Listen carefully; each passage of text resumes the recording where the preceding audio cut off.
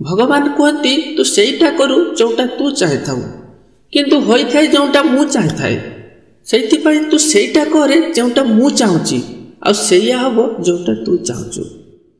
नमस्कार दर्शक बंधु, मु देवाशीष पुणी एक मन को परिवर्तन कला भली सुंदर कहानी माध्यम थरे भगवान श्रीकृष्ण तांको सखा अर्जुन सहित नगर बुलिबा को बाहरथिले। जाऊ जाऊ देखिले जने ब्राह्मण लोक जाउछंती भिक्षा मागिबाकू, घरे घरे भिक्षा मागुछंती। से ब्राह्मण जन को देखि सखा अर्जुन को भारी दया आसीची। जाई से ब्राह्मण को पाखरे पहुंचीचंती।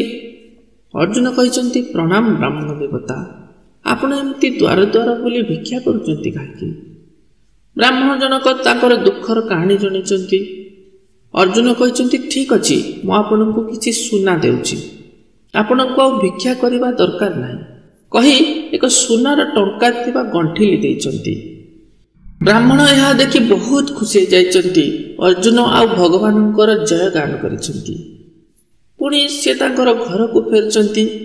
किंतु से ब्राह्मणकर दुर्भाग्य देखंतु, एमती खुशी खुशी रे घर को फेरिला बाटरे किछि बदमाश मानक नजर पड़िछि से सुनार पुटुली उपरे।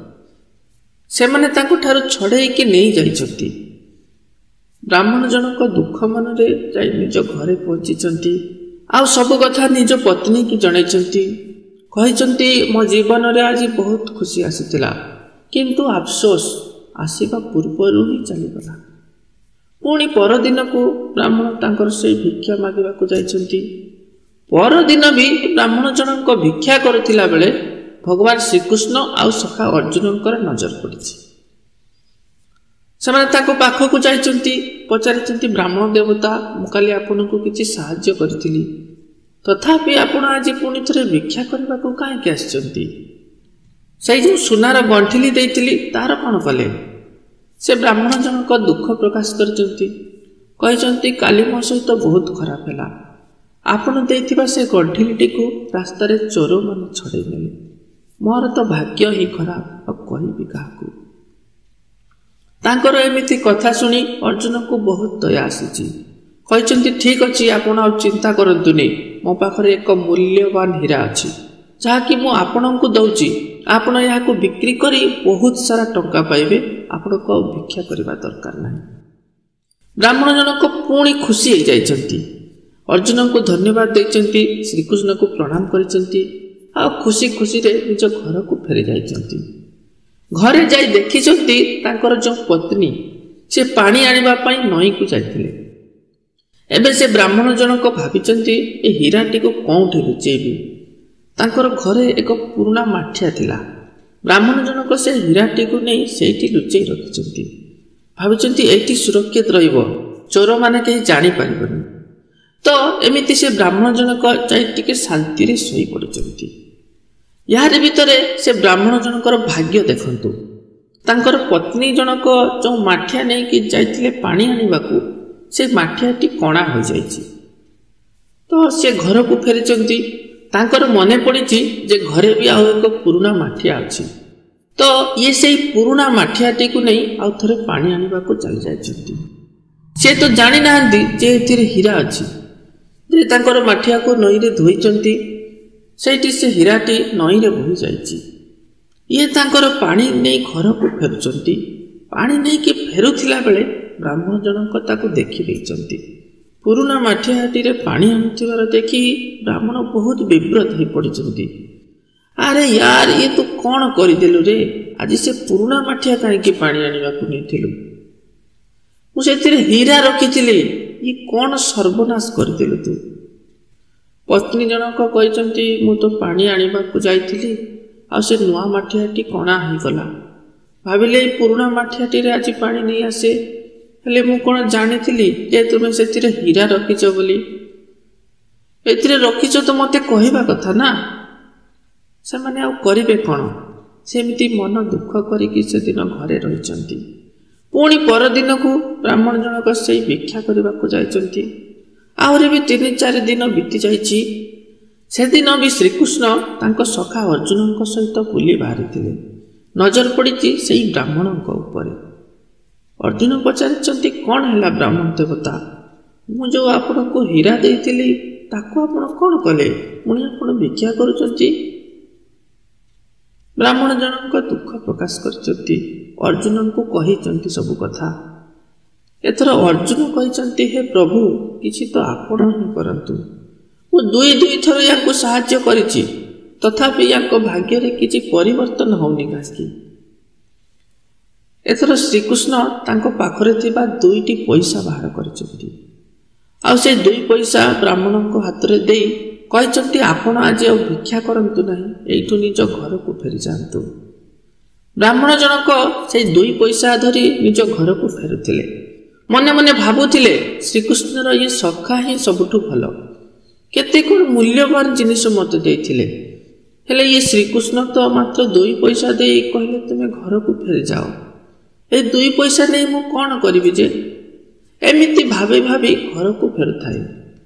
ବାଟରେ ଦେଖିଲେ ନଈ ତୁଠରୁ ଜଣେ ଧୀବର ନିଜ ଜାଲ ନେଇକି ଘରକୁ ଫେରୁଛନ୍ତି, ଆଉ ତାଙ୍କ ଜାଲରେ ଏକ ବଡ଼ ମାଛ ଲାଗିଛି।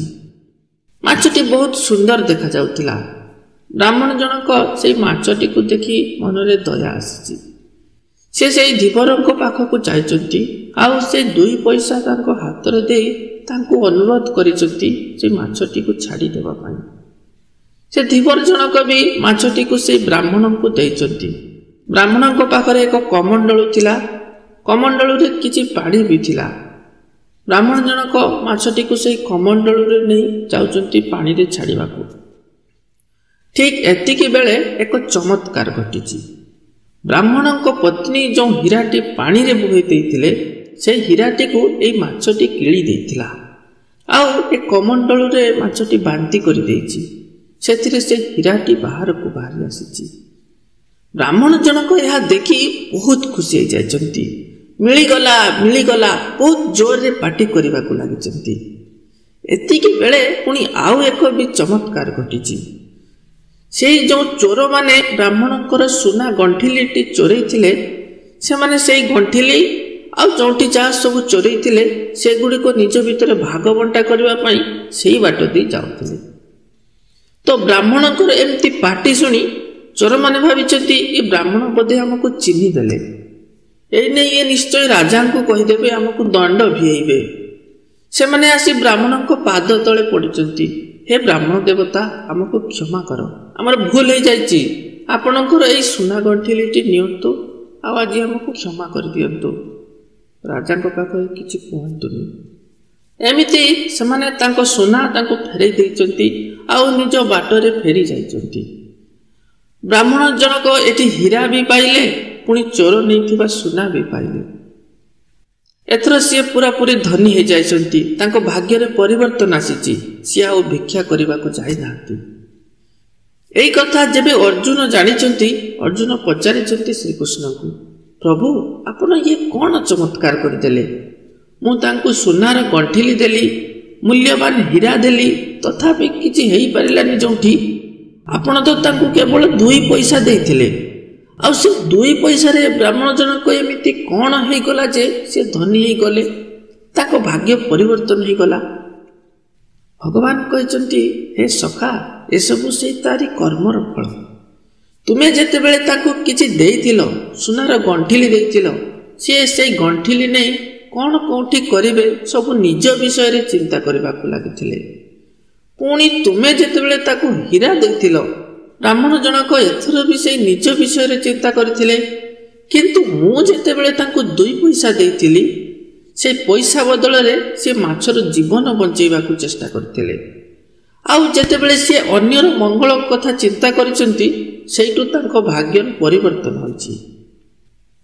ଏଇ କାହାଣୀଟି ଆମକୁ ଏଇ ଶିକ୍ଷା ଦିଏ କି ଜୀବନରେ କିଛି ଭଲ କର୍ମ ସବୁବେଳେ ଭଲ ଫଳ ହିଁ ଦେଇଥାଏ। କେବେ ବି ଯଦି ଆପଣଙ୍କୁ ସୁଯୋଗ ମିଳୁଛି, ତ ଅନ୍ୟର ମଙ୍ଗଳ କଥା ଚିନ୍ତା କରନ୍ତୁ।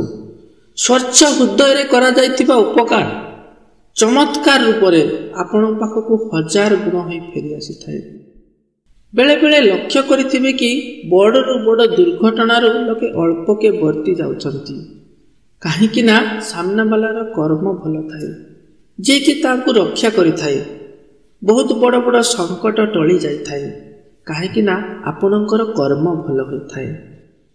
ଆଜ୍ଞା ମାନେ ପଇସା କମେଇବା ସିନା ସହଜ, କିନ୍ତୁ ଆଶୀର୍ବାଦ କମେଇବାଟା ଏତେ ବି ସହଜ ହୋଇନଥାଏ।